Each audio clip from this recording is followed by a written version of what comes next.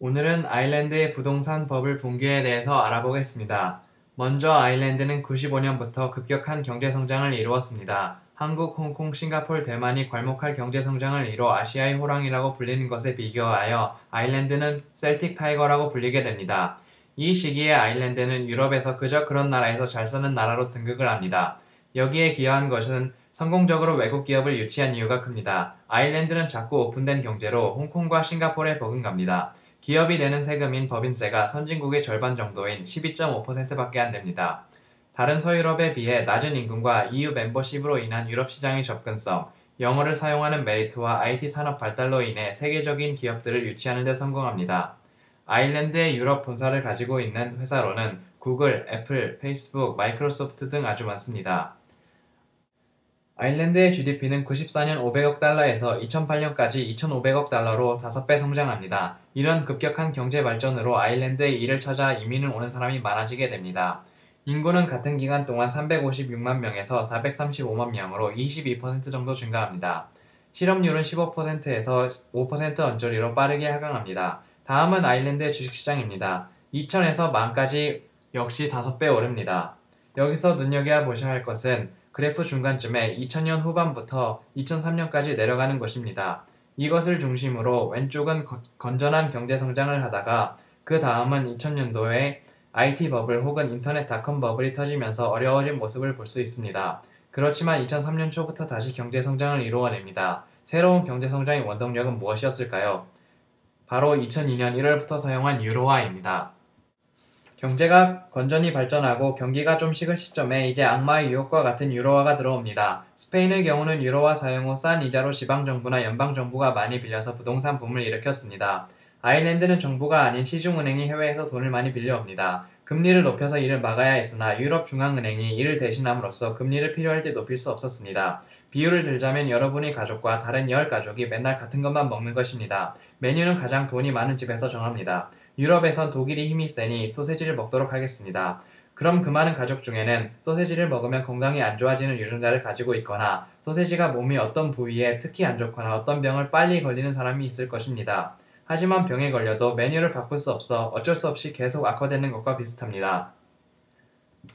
아일랜드 은행들의 자금 출처로는 주로 국민들로부터 받는 예금이었지만 유로화 도입 이후 상황이 급속도로 바뀝니다. 다음 그래프는 아일랜드 은행들의 자금 출처를 나타낸 것입니다. 맨 밑에 파란색으로 된 외국에서 가져온 돈이 10년 동안 눈에 띄게 늘어나고 차지하는 비중도 높아졌습니다. 아일랜드의 경제 성장으로 인한 예금의 증가가 대출의 속도를 따라잡지 못해 일어난 현상입니다.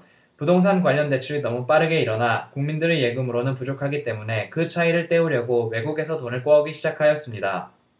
그 액수는 2008년 전 4년 동안 150유로에서 1100억 유로로 폭발적으로 증가합니다. 그리고 이 대부분을 부동산에 투자합니다. 외국에서 돈을 빌려서 투자하는 방법은 이러합니다. 빌려올 때는 단기로 하고 그 돈을 빌려줄 때는 장기로 빌려줍니다. 아일랜드 은행이 해외에 지불하는 단기 이자가 부동산 업자들로부터 받는 장기 이자보다 작기 때문에 그 차이를 이익으로 남깁니다. 하지만 여기에는 큰 문제점이 있습니다. 간단히 예를 들어 알아보겠습니다.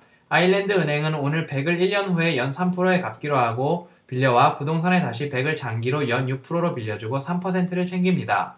1년 후에 빌린 100을 다시 갚기 위해 100을 더 빌려서 갚습니다. 다시 1년이 지난 후에도 100을 더 빌려 1년 전에 빌린 100을 갚습니다. 부동산 건설이 완성이 되면 그걸 팔아 은행에 돈을 갚습니다. 이렇게 매년 돈을 빌려 갚는 걸 차환이라 합니다. 하지만 만약에 은행이 그 전에 돈을 저런 식으로 빌릴 수 없게 되면 돈을 갚을 수 없어 부도가 날 수도 있습니다. 2008년 리만 브라더스의 부도 이후 은행들은 서로 돈을 빌려주기가 두려웠고 아일랜드 은행도 어려워져 위기에 처하게 됩니다. 다음은 아일랜드의 연간 주택 건설 수입니다. 유로화 도입 후 주택 건설의 가속도가 붙어 2006년에 정점을 찍고 2008년 금융위기를 기점으로 추락했습니다. 다음은 2007년 1000명당 건설된 주택 수입니다. 아일랜드가 18 정도로 1위, 그 다음은 간발의 차이로 스페인이 2위를 차지했습니다. 3위 핀란드와의 격차는 2배가 넘습니다. 같은 해 건설업은 GDP 9%를 차지했고 취업자의 13.4%를 차지했습니다. EU 평균은 취업자의 8.2%입니다. 90년대부터 금융의 허브로 거듭나기 위해 실행된 규제 철폐와 은행과 정부의 정경유착으로 아일랜드 은행들은 무서울 것 없이 거침없이 영업을 하였습니다. 회계상 수상한 점이 발견되어도 아무 일도 하지 않았으며 부동산 버블을 만들어도 가만히 지켜보고만 있었습니다. 왜냐하면 부동산과 관련돼서 나오는 세금이 많았기 때문입니다. 이 그래프는 정부가 걷는 부가세, 인지세, 자본 매각세를 더해 세금의 몇 퍼센트가 부동산과 관련해서 나오는가를 그린 것입니다. 2006년에는 18% 정도를 기록했습니다.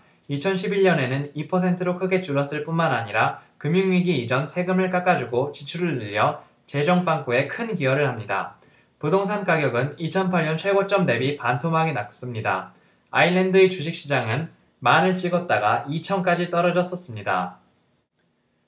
아일랜드 정부는 급하게 아일랜드 은행에 무조건적인 보장을 합니다. 그리고 2009년 1월에 35억 유로의 구제금융을 합니다. 그로 인해 아일랜드 정부의 신용은 나빠지게 됩니다. 아래 그래프의 아일랜드 정부의 GDP 대비 부채 비율의 그래프에서 2008년부터 엄청나게 빚이 많아지는 걸 볼 수 있습니다. 결국 2011년 아일랜드는 IMF와 유럽중앙은행으로부터 1조 5천억 유로의 구제금융을 받게 됩니다.